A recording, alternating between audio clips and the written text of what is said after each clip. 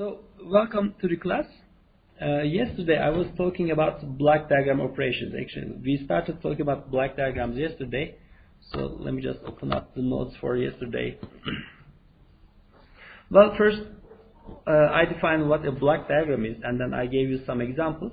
And then afterwards, so remember I told you that block diagram representation is not unique. You can draw different block diagrams for the same system, and these different block diagrams may become useful for different purposes.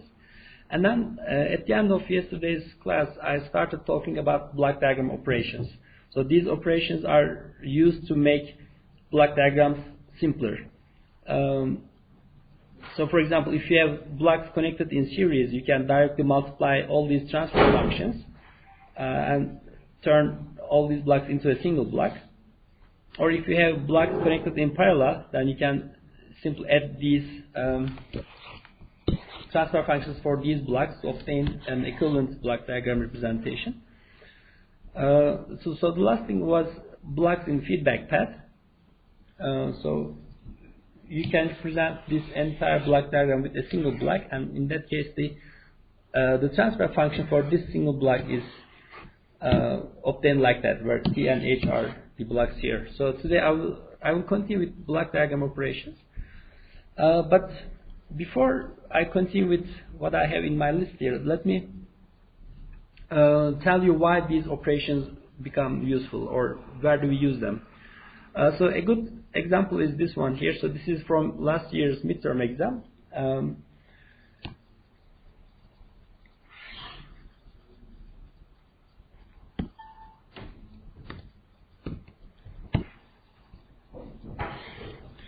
Okay, so suppose that you have a system and then you have the block diagram for this system. And to analyze this system, you need to be able to make calculations as follows. So if you apply a certain input to this input channel, like it can be a step signal or it can be a sine wave, you need to know what happens to the output. Okay? So at this level, you can construct this entire block diagram in MATLAB Simulink, and so the Simulink allows you to make block diagrams graphically, just like what you see here. So you pick blocks like that, and then you put them in Simulink, and you connect them with such lines, and it will calculate, it will simulate the system for you.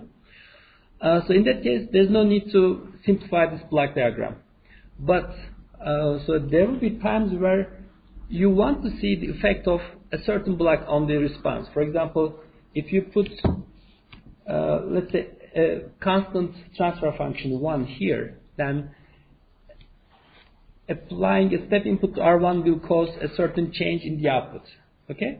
So then you may want to find out what happens if you change number here. If you change number to 2, then you need to simulate system again, so which is quite fine. You can repeat that as many times as you want. But that will not give you a clear idea about how this affects the output. Okay, so by doing many trials and errors, you can figure that out maybe.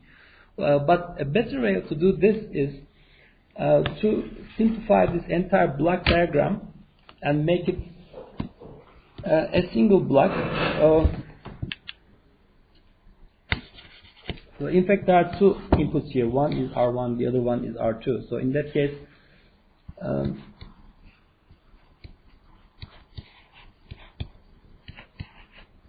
so the simplest form for this block diagram will be something like this.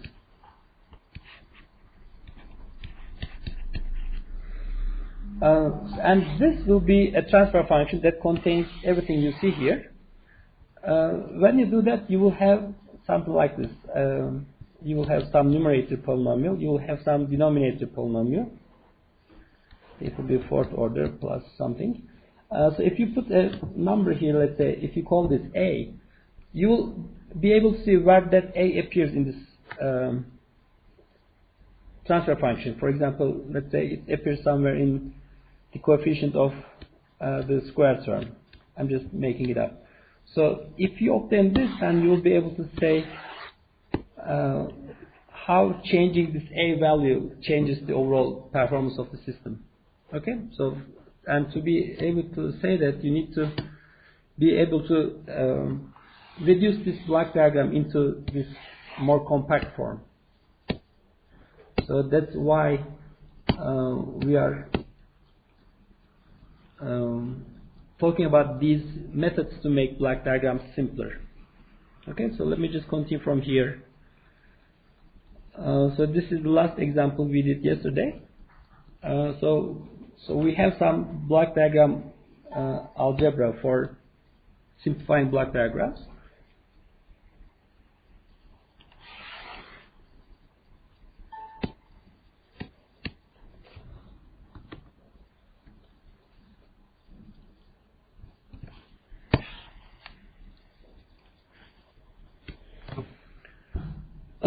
So here, if you want to move the pickoff point from one side of the block to the other, you can do it as follows. For example, in the original one, you have a pickoff point here, and you take the signal and send it somewhere else. To make the block diagram simpler, you may need to move this pickoff point from here to the other side of the block.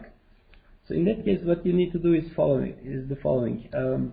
When you take the pickoff point from here, you're using the same signal, right? So these are the same signal because there's no block in between. So you want to have the R signal here at this level. But if you pick it up from here, at this point you have R times G, right? So in order to have the R signal, you need to divide by G again, like what you see here. So you have the signal R here. Here you have G times R. But now when it comes to here, it becomes R again because the G is divided. Okay, so these two are equivalent.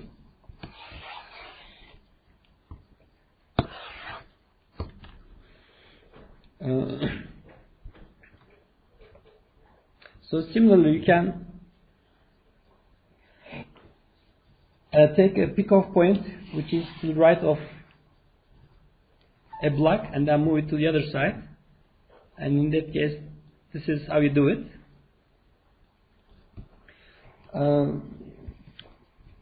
So this signal is called R. At this point, you have the signal G times R.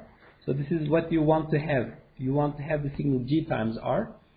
But once you move it to the other side of the pickoff point is here, you take the R signal, and in order to have the GR term here, you need to pass it through a block that has the transfer function G. Okay?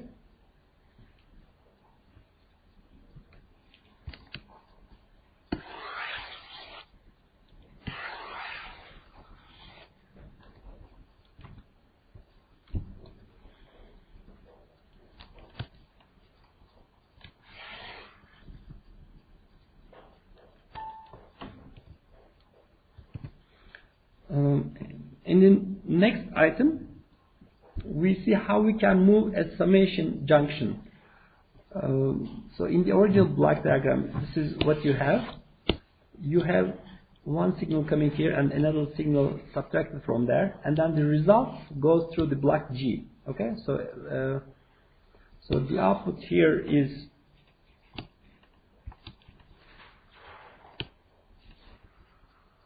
G times the input signal, which is U1 minus U2. Okay, so this is the signal you want to have at the output. If you move the summation junction from here to the other side of the block, like you see here, for the two block diagrams to be the same, you still want to have the same signal. So you want to have G times U1 minus U2. And to be able to do that, you put the G block here, and then you need to put another G block here, so that this is what you will have at the end. Okay? So instead of passing the different signal through the G block once, you copy the G block twice, and then you pass the two signals separately, and then do the subtraction afterwards, so that the result doesn't change.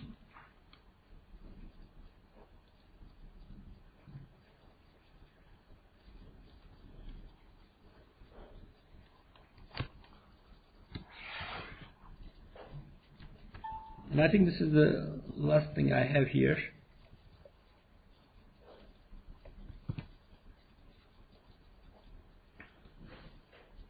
And here what we do is we move the summing junction to the left of a block. So originally the summation junction is after a block here, so we move it before the block. And for the result to be the same, you need to introduce this block here. Okay, so these are the tools that we can use to make block diagrams simpler.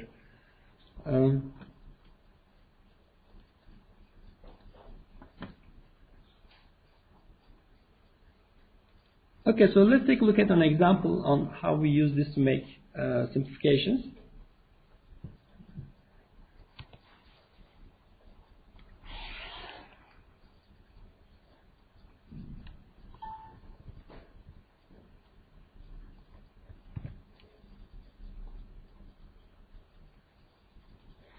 Okay, so we are given a relatively simple block diagram. This is what we have.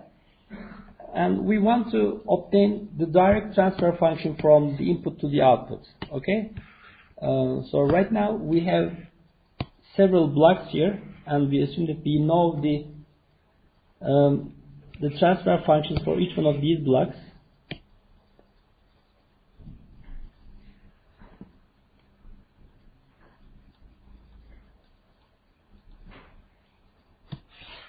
Okay, so we know all these transfer functions. And using these individual transfer functions, we want to know the overall transfer functions from R to Y. And the tools that we are going to use are the tools we saw earlier. So we can use each and every one of these tools.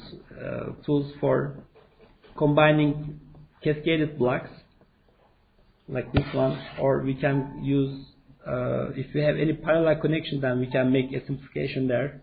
Or if we have a feedback path, then we can use that simplification. So this is what we have.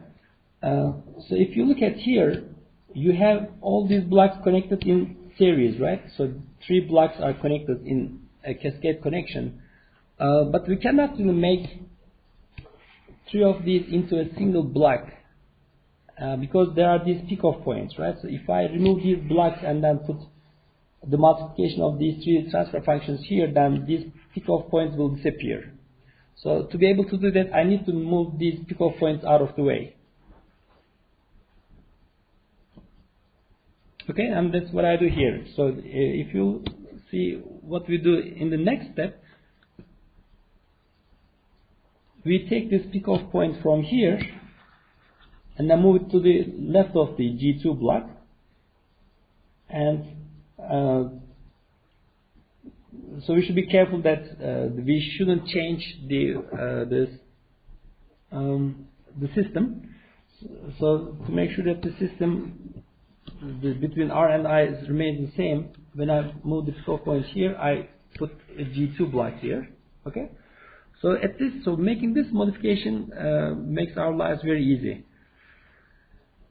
So we can combine these 2 blocks directly because there is no pick-off point in between. And once we do that, this block and these 2 blocks together are connected in parallel, so I can add them together. These 2 can be multiplied directly because they are connected in series.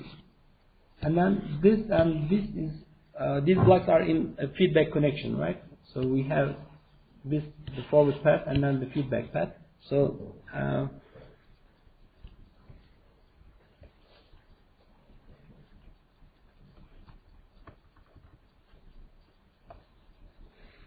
if you do all that, this is what you get at the end.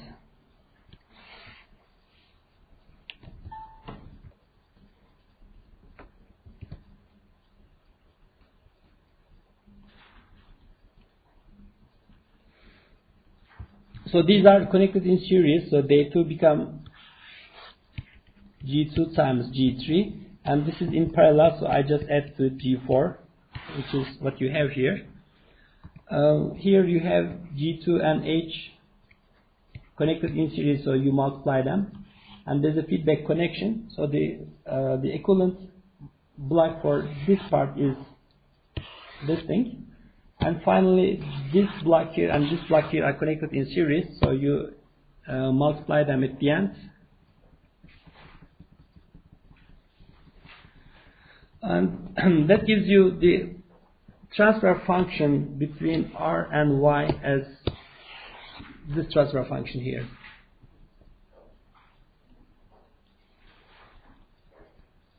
Okay, so if you learn these block diagram operations, then you can make very complex block diagrams into much simpler ones.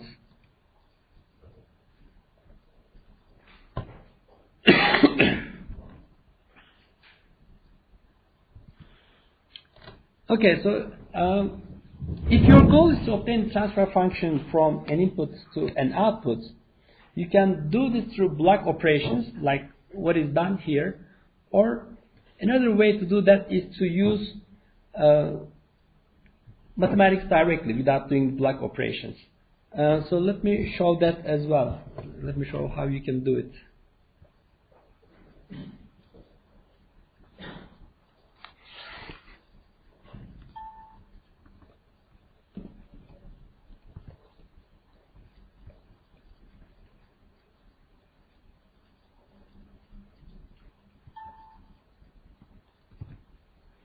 So the solution is already in the lecture notes, but let's not use that, and let's try to do it again from scratch so that we can do it together. Okay, so my output is y, right? My goal is to write y as some transfer function which involves all these things. It's a function of all these transfer functions.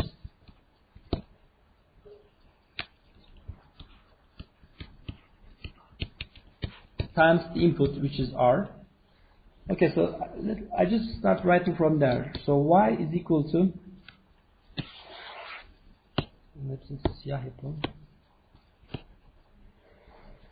the summation of these two signals here, right?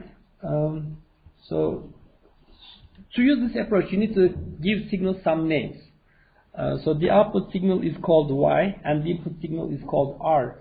But you need to give some names to the intermediate signals, like what is done here. So we call this y1 and we call this y2. So let's use those signal names. I need to add this signal and this signal, right? So the first one is g4 times y2. And the other signal is g3 times y1, right? Okay, now I need to write y2 and y1 in terms of other signals, but it's already seen here that y1 is equal to g2 times y2.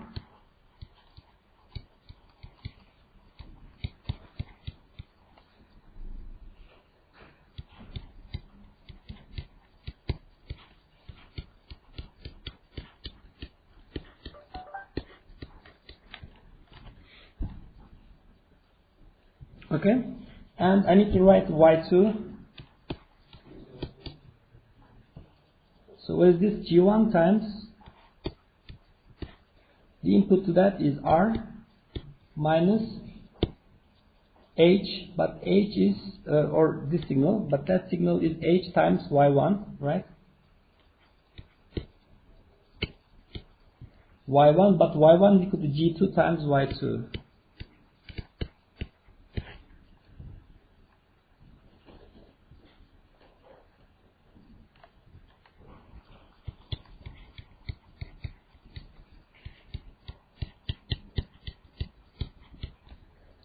So I can combine the y2 terms together. That gives me 1 plus g1 h g2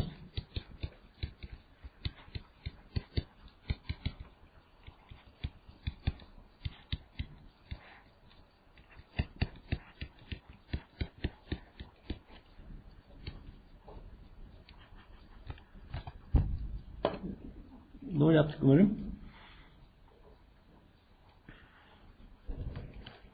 So next I need to insert this y2 into this equation, and then I will be done, right?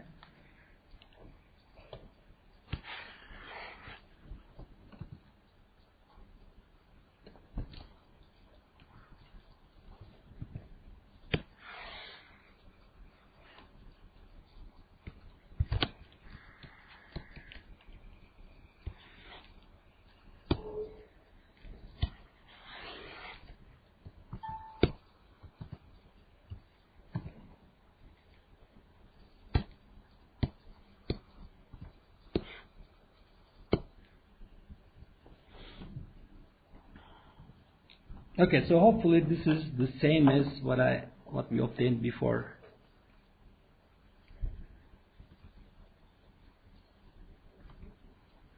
It is, right? Okay, so this is the same as before, so let me...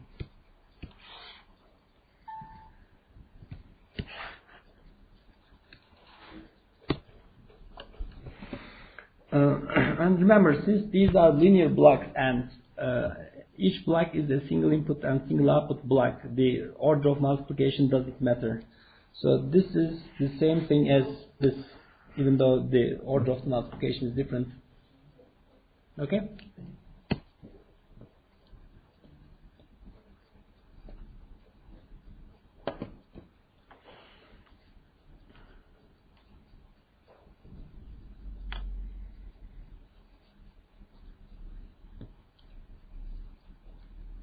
So this block diagram, this is called block diagram reduction, by the way. So you take a crowded block diagram and shrink it into a smaller, more compact block diagram. And this is a very common thing that we do. So this is not something just we teach in classes and you will not use it again. If you are going to work as controls engineers, then you will definitely be doing things like this a lot. And I mean, really, you will be doing this like several times every month or so. This is something we constantly do, so it's important that you learn this and you practice, so that yeah, you'll be using that in the future quite frequently. Okay. So there's another example here. So let's take a look at that one.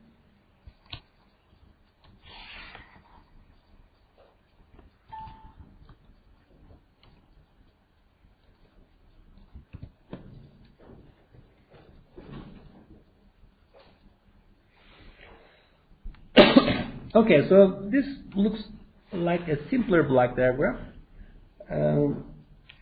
So let me just remind you again that whenever you look at a system, it's important to identify what your inputs and outputs are.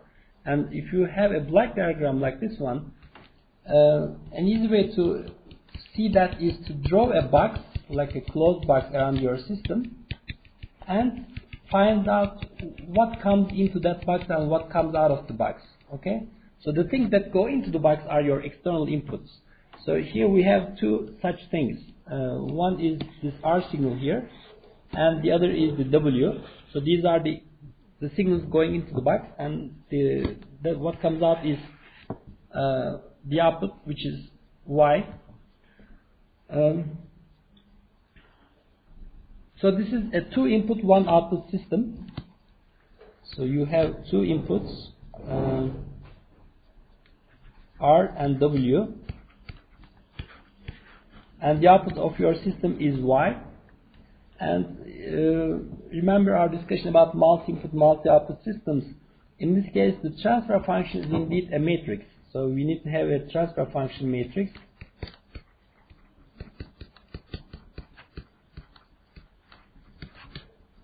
Should be 1 by 2.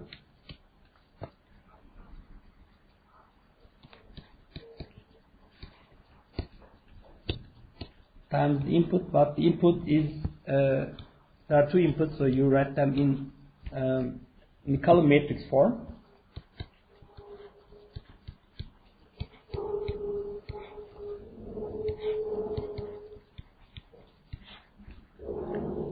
So your transfer function matrix should be 1 by 2.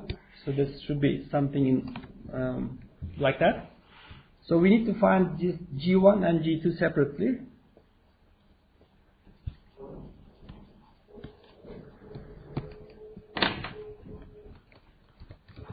So in this example, after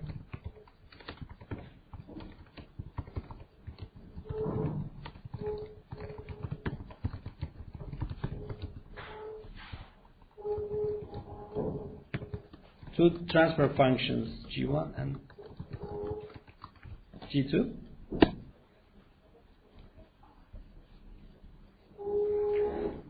So first we do it using the block diagram algebra.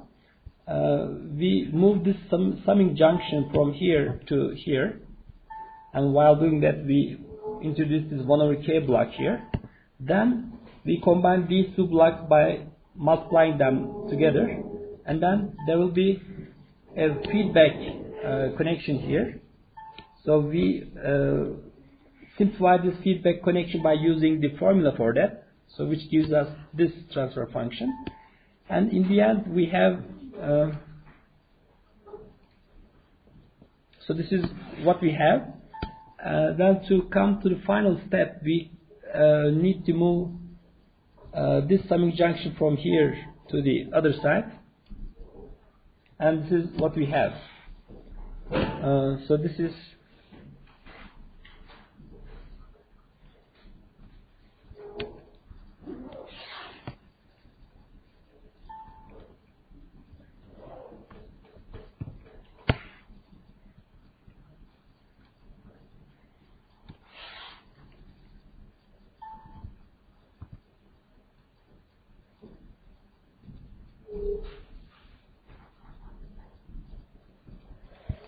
so now this is our G. Was this G1 or G2? Let me check. So G1 is the transfer function that corresponds to the input R. So G1 is this one. Right? This is our G1 and this is our G2.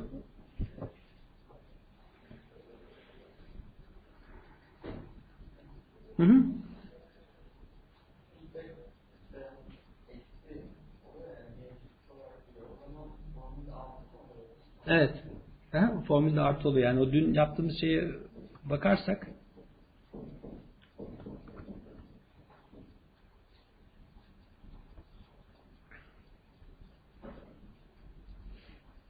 so if you look at what we did yesterday for feedback connections, so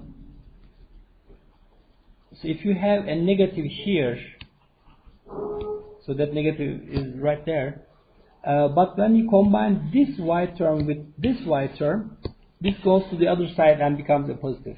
So that's why in the formula you have positive sign here if you have a negative summation there.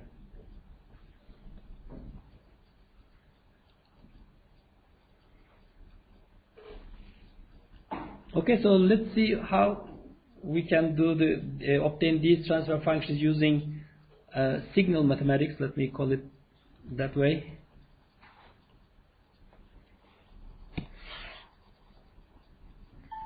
In fact, I find this approach easier, by the way. I find it easier to find reduced block diagrams by using signal operations directly. So let me just quickly do that. So let me call this E.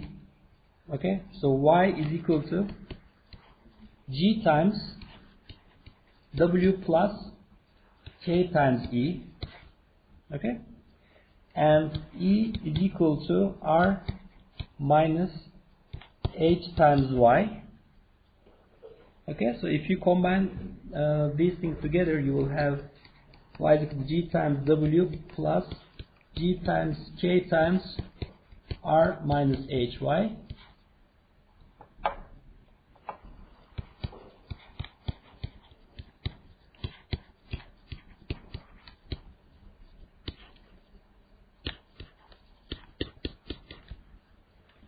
Okay, so you can combine Y terms together on the left hand side.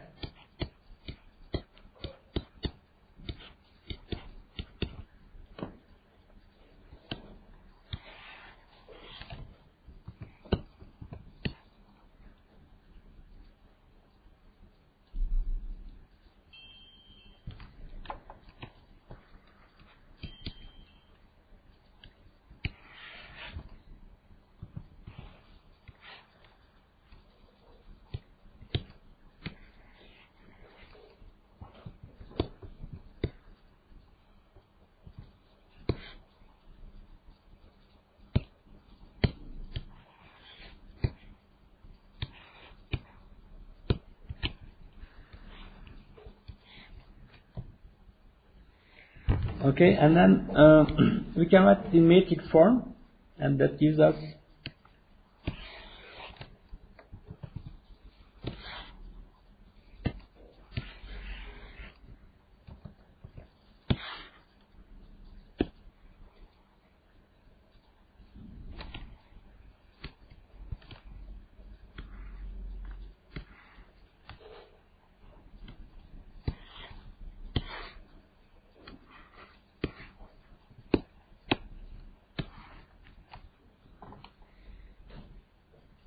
Okay, so these should be the same transfer functions obtained earlier.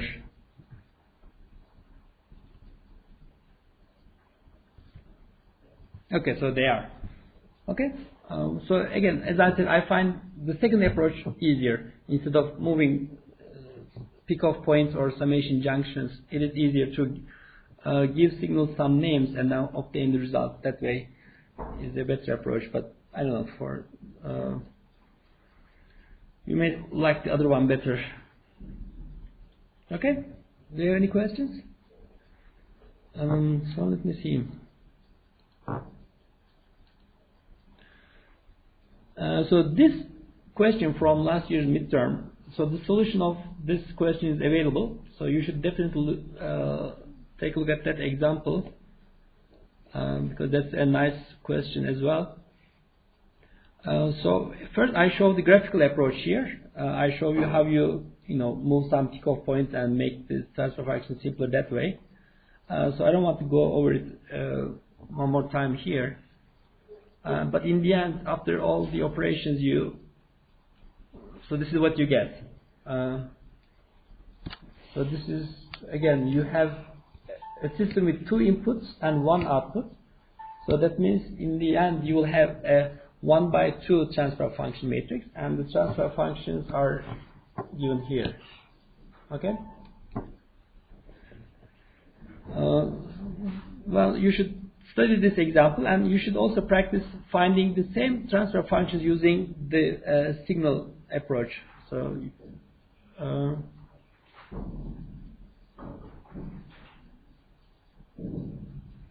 So, for example, you can try to do what I said at the beginning of the lecture. So instead of this 5, for example, you can try calling this a variable like x, and then you can try. You can find where that x appears in the final transfer function. So I don't know. So that x should be affecting one of or more of these parameters here, and it will be interesting to see how that happens. Okay. So our time is up really. So let me not keep you longer here. And next week we will continue. Well. Continue from here, and I will show you how the controller part works. Okay, so I told you that in this course we will not spend too much time in designing controllers, but next week I would like to show you how the controller can improve performance. So we're going to see an example of that, and then we will continue from there. Okay.